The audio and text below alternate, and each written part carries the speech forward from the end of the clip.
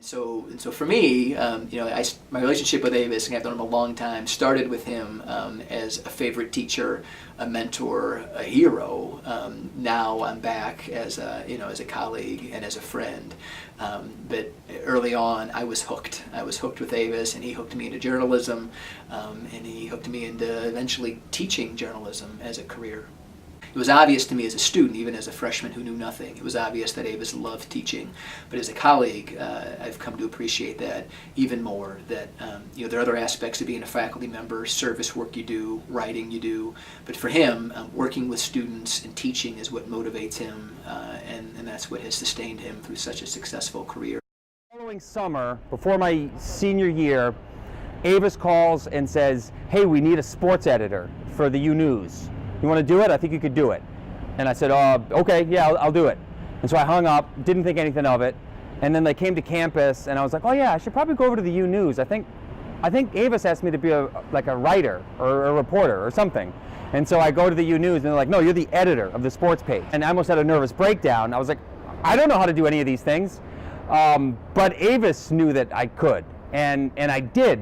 And I always say this, it sounds hokey. That was in 1993. It's 2015. I haven't ever left the newsroom environment ever since then.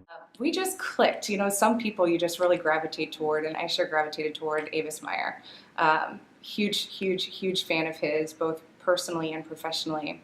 And when I talked to him about, what I want to do with my life, he suggested journalism. Like with me, and I'm just one story of thousands, I'm sure. It really means something for him to guide kids and to help them find their way and show them what's cool about journalism or film or the arts or anything, or what's cool about life. That's why so many people, just when he had those struggles with administration, it just was heartbreaking, because anyone who knew him would tell you that he's everything that's right with St. Louis University. He's everything that's great about St. Louis University. I think one of his biggest legacies are all of us, all of his students, everyone who is out working and living his legacy, living what he taught us, both the physical stuff of commas go inside the parentheses to the how to fight for what's right. It's no secret that he went through a big fight on the U News, and he did so because he believed in it, because it was the right thing to do.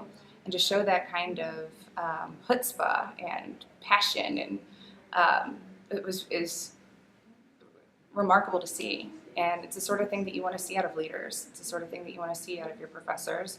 It's the sort of thing that you want to see out of people that you look up to, your mentors. And that's something that I'll take away with me. And so his father passed away a few years ago, and his mentor came to the funeral. Also, a recent U News editor came to the funeral as well, and Avis was delighted that generations had collided. So his mentor was there, and so was the student for whom he was mentor.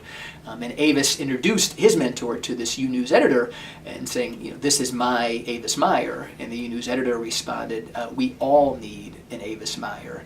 And I just love that story, and I agree. And I told Avis when I heard that I'm so glad that I have the original in my life, that I have the original Avis Meyer, who's been such an inspiration and played such an important role for me.